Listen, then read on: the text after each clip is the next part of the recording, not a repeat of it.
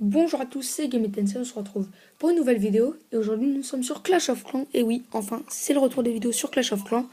Alors, il faut savoir que maintenant je suis sur mon téléphone portable, là voilà, le Samsung Galaxy S4 Mini, et que je dois filmer avec l'iPad sur lequel je jouais avec mon ancien compte. Simplement parce que normalement la Xbox, je le filme avec ce téléphone là, juste devant vos yeux là. Et là je peux pas comme je joue dessus, et du coup je dois filmer avec l'iPad donc. Enfin bref, donc tout d'abord avant d'entamer le sujet de la vidéo, je tiens à vous souhaiter un joyeux réveillon, un joyeux Noël. Pas encore la bonne année, tout simplement, car je referai une vidéo avant la fin de l'année, avant le 1er janvier, pour vous souhaiter tout simplement la bonne année.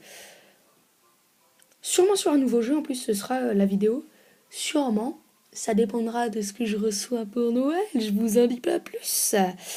Enfin bref, donc dans cette vidéo, premièrement, je tenais à vous dire que j'ai rejoint avec donc ce nouveau compte, enfin ce nouveau entre guillemets, j'ai rejoint les Grincheux. Je me suis bien rattrapé au niveau de mon ancien compte. Par rapport à mon ancien compte, par exemple, j'ai mes 2 mortiers level 4, 2 tours d'archer level 7, la troisième est en cours d'amélioration, 3 canons au level 7. Je suis en Ligue Or. Il faut savoir que j'ai atteint la Ligue Or 2 avec 1755 trophées marqués ici. Mais je pense que ça se voit pas, car c'est un peu flou quand même. Enfin bref, dans cette vidéo, je voulais tout simplement vous présenter le meilleur village farming pour HDV6 d'après moi. Alors, j'ai 2 défenses à vous montrer. Après, voilà, ces deux-ci, ces deux-là plutôt. C'est pareil. Les 2 seules défenses que j'ai réalisées avec ce village. De belles défenses. Enfin bref, dans cette vidéo, donc, je vais pas faire comme beaucoup de youtubeurs le font, c'est-à-dire, je vais reconstruire le village, je vais tout simplement, moi, vous le présenter. Donc voilà, je vais commencer par faire une petite pause sur la partie du bas pour que vous puissiez faire une pause. Voilà, faites une pause. Tac. Ensuite, sur la partie du milieu, faites une pause pareil. Donc ça, c'est si jamais vous voulez le construire. Maintenant, sur la partie du haut, voilà. Donc, moi, je vais pas le reconstruire comme certains youtubeurs le font. Je vais tout simplement vous l'expliquer. Alors, déjà, en bas, là où il y a l'hôtel de ville, je vais vous expliquer la technique d'appâtage. Alors, premièrement, l'hôtel de ville, vous voyez que il est collé au rempart tout simplement parce que j'ai pas envie que les ennemis aient mon hôtel de ville trop facilement. C'est pour ça qu'aussi j'ai mis un canon ici. Alors, pourquoi ce canon est-il ici? Tout simplement pour appâter, je sais pas si ça se dit, mais en gros c'est une technique d'appâtage.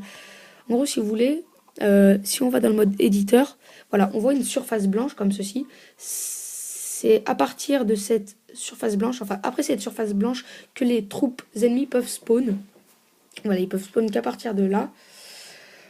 Du coup, avant de venir détruire mon canon, ils vont devoir forcément détruire mon labo et mes 2 camps.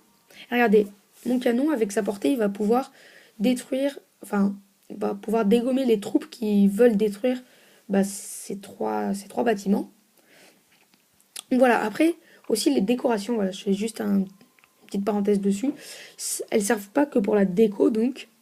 Elles servent aussi à faire croire que la surface blanche ne s'arrête pas un carreau après ici, donc le laboratoire, mais plutôt qu'il s'arrête à la surface des décorations. Enfin, à la limite des décorations, plutôt, pardon. Enfin, bref, donc on va revenir sur le mode normal. Et ouais, je vous parlais de cette technique d'appâtage. Donc, beaucoup de troupes vont devoir se ruer sur ces 3 bâtiments avant de venir sur mon canon, pour ensuite venir détruire mon hôtel de ville. Sauf que ce qu'ils n'avaient pas prévu, c'est que après mon canon, ici, il y a tout simplement une bombe géante avec des bombes, etc. Du coup, toutes les troupes qui se seront ruées sur l'hôtel de ville vont péter. Bref, vous m'avez compris. Ensuite, donc, on va passer au milieu du village, là où il y a tous les remparts. Alors, premièrement, mon château de clan qui est très bien centré, qui couvre le canon plus l'hôtel de ville, forcément. Les 2 mortiers très bien répartis. La défense anti-aérienne qui est isolée. Là, les 3 défenses qu'on pourrait croire isolées, alors que non. Regardez, j'ai mis 2 pièges à ressort ici qui peuvent shooter jusqu'à 6 géants, parce qu'un piège à ressort, ça peut shooter 3 géants d'un coup. On pourrait croire que c'est isolé, mais non, parce qu'il y a un trou donc avec le piège à ressort. Regardez, si l'ennemi veut détruire en priorité ma défense anti-aérienne, il va sûrement poser des géants par ici. et donc va détruire mon canon ou ma tour d'archer. Et comme le géant est un peu bête, il va pas se ruer sur ces remparts-là pour détruire ma défense anti-aérienne. Il va prendre le chemin le plus simple, le plus court, c'est-à-dire là où il y a le trou, et donc là où il y a le piège à ressort. Attendez, je vais donner ça, voilà.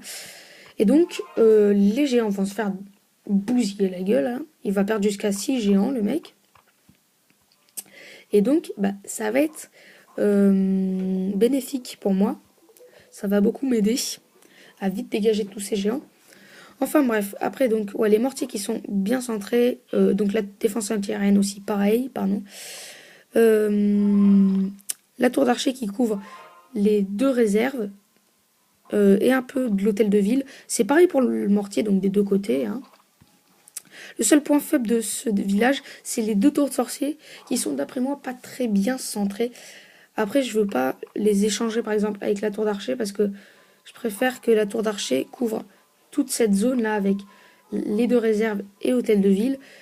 Bon ça, la tour de sorcier pardon. D'ailleurs je crois que ça j'ai dit tour de sorcier. Non, c'est tour d'archer. Hein. La tour de sorcier couvre quand même le mortier, la tour d'archer, bon ça on s'en fout, et le réservoir d'élixir, donc pareil de l'autre côté. Hein. De toute façon tout est symétrique, ça aussi c'est un très bon point du village, tout est symétrique, donc ça c'est cool.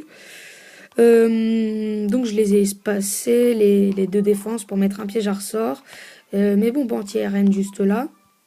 Alors il faut savoir qu'au départ ce village je l'avais repris d'un youtubeur très peu connu, mais comme son village ne me plaisait pas, je l'ai modifié à ma manière, donc voilà. Vraiment, j'ai presque tout modifié. Je dirais plus de la moitié. Enfin bref. Donc maintenant, je vais vous prouver que tout ce que je viens de vous dire, donc les pièges, etc. La technique d'appâtage surtout. Technique d'appâtage marche très bien. Le fait aussi que mon château de clan est très bien centré, qui couvre bien l'hôtel de ville. Voilà, je vais vous prouver tout ça avec le premier ralenti. Donc voilà. Miss Creed va donc se faire avoir. Bon, il va quand même m'avoir. Hein. Il va quand même détruire mon village, pas entièrement. Mais voilà, il va réussir. Non, je crois même pas qu'il va réussir à détruire mon hôtel de ville. Vous allez voir pourquoi. Donc voilà, cette fameuse technique d'appâtage. Voilà, il va d'abord détruire mes camps avec mon labo. Là, regardez, un dragon qui sort. Voilà, quand je vous disais qu'il couvrait bien le canon, c'est vrai. Voilà, et regardez mes bombes qui font un massacre. Voilà, donc du coup, le mec se retrouve un peu dans la hesse. Parce que pour détruire mon dragon, il faut forcément des archers. Et puis là, il n'en a plus aucun. Il a que des barbares maintenant. Sauf que ça sert à rien. Il a aussi son château de clan avec des archers d'eux. Mais mon grand, ça sert à rien, ça aussi. Enfin bref. En plus, il a très mal déployé ses troupes. Bon, encore du château de clan, il pouvait pas faire mieux. Parce que toutes les troupes se déploient en masse. Sauf qu'un dragon fait des dégâts de zone. Donc c'est un peu la caca. Donc en voyant qu'il allait pas pouvoir détruire mon dragon, regardez, il va vite envoyer ses géants pour faire un max de dégâts, voilà, avec un sort de rage, etc. Donc il va vraiment vouloir faire un max de dégâts pour avoir l'étoile. Regardez le dragon là, c'est vraiment la course contre la montre, regardez. Un dragon qui va venir pour shooter les géants, regardez, il doit rester encore 8-9 géants. Enfin, vraiment beaucoup. Et là, regardez, la puissance du géant, tout simplement, regardez. Hop là, voilà. Plus personne. Et là, ensuite, donc les barbares qui vont s'arrêter, je crois bien, au camp militaire. J'ai passé ça en x4, voilà. Voilà, il m'a fait un 63%. Et sur presque 150 000 pièces d'or et 130 000 à peu près d'élixir, il a pris que 9 000 d'or et 6 000 d'élixir. Donc, comme quoi, les ressources sont très très bien protégées grâce à cette technique d'appâtage. Voilà, maintenant on va passer à la deuxième défense. Alors par contre il y a un cheveu là. Voilà, j'ai soufflé dessus. Donc pareil, c'était pas le même dragon cette fois-ci, c'était un autre dragon. Voilà, comme quoi les grincheux sont toujours aussi généreux, toujours aussi sympas, etc. Donc là, le mec a plus d'archers, donc forcément il va vite me détruire mon dragon. Voilà. Toujours donc cette technique d'appâtage, hein, comme je vous le disais, regardez. Il va déployer plein d'archers et plein de barbares. Regardez, il va venir y détruire mon canon. Et là, voilà. La magie des bombes. Voilà. Plus personne. Donc là, ensuite, Je vais vous mettre ça en même x4.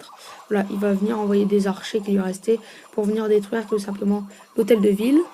Et là, regardez, quand je vous disais que les, les réserves d'or étaient bien protégées, enfin, c'était pas qu'elles étaient forcément ultra bien protégées, mais grâce à cette technique d'appâtage, voilà, il avait quasiment, enfin, il avait plus même de troupes pour venir détruire, donc, enfin, pour venir prélever de l'or sur mon village. En plus, voilà, les mortiers qui ont bien couvert ces réserves. Encore, il faut savoir que là, j'avais même pas mes tours d'archer level 7. Hein, donc, pour vous dire quand même à quel point ce village est formidable. Hein, sans me vanter, bien évidemment. Voilà, maintenant, je vais vous passer ça. Alors, il doit rester des gens. Je sais pas pourquoi il a pas attaqué. Bon, tant pis pour lui. Hein, donc, voilà, il va détruire ça maintenant. Et ça va s'arrêter là. Il m'aura pris, donc sur 50 000 or, il m'aura pris que 6 000 d'or. Et sur presque 110 000 d'élixir, il m'en aura pris que 9 000. Il m'aura pris que 6 trophées et l'autre m'a pris 10 trophées. Donc voilà, j'espère vraiment que cette vidéo vous aura plu. N'oubliez pas de commenter. Et surtout, n'oubliez pas de commenter, s'il vous plaît, pour me dire, premièrement, si vous avez testé ce village et s'il a marché. Personnellement, moi, même en Ligor, voilà, je galère un peu, mais même en Ligor, je peux vous dire que ça marche vraiment bien. Vous en avez eu la preuve que même en Ligor, ça marche vraiment à la perfection. Donc bon, en Ligue Argent, je pense que vous pouvez limite gagner des défenses en Ligue Argent. Enfin bref, donc ouais, dites-moi si ça a marché, dites-moi si au contraire, hop là j'ai fait bouger le truc, pardon. Si ça n'a pas marché, qu'est-ce qui a mal fonctionné, etc. N'oubliez pas le like, le commentaire. Moi, je vous retrouve après Noël, sûrement pour une vidéo sur un nouveau jeu que je vais recevoir. Bon, vous le connaissez tous, hein, tous. Mais, c'est la surprise. Enfin bref, donc ouais, n'oubliez pas de commenter, de liker, de vous abonner, de partager la vidéo comme d'habitude. J'espère vraiment que cette vidéo vous aura plu. J'espère que si vous testez le village, j'espère qu'il marchera pour vous. Pour moi, il marche à la perfection. Enfin bref, moi je vous dis à la prochaine, c'était Game Tensei, bye tout le monde.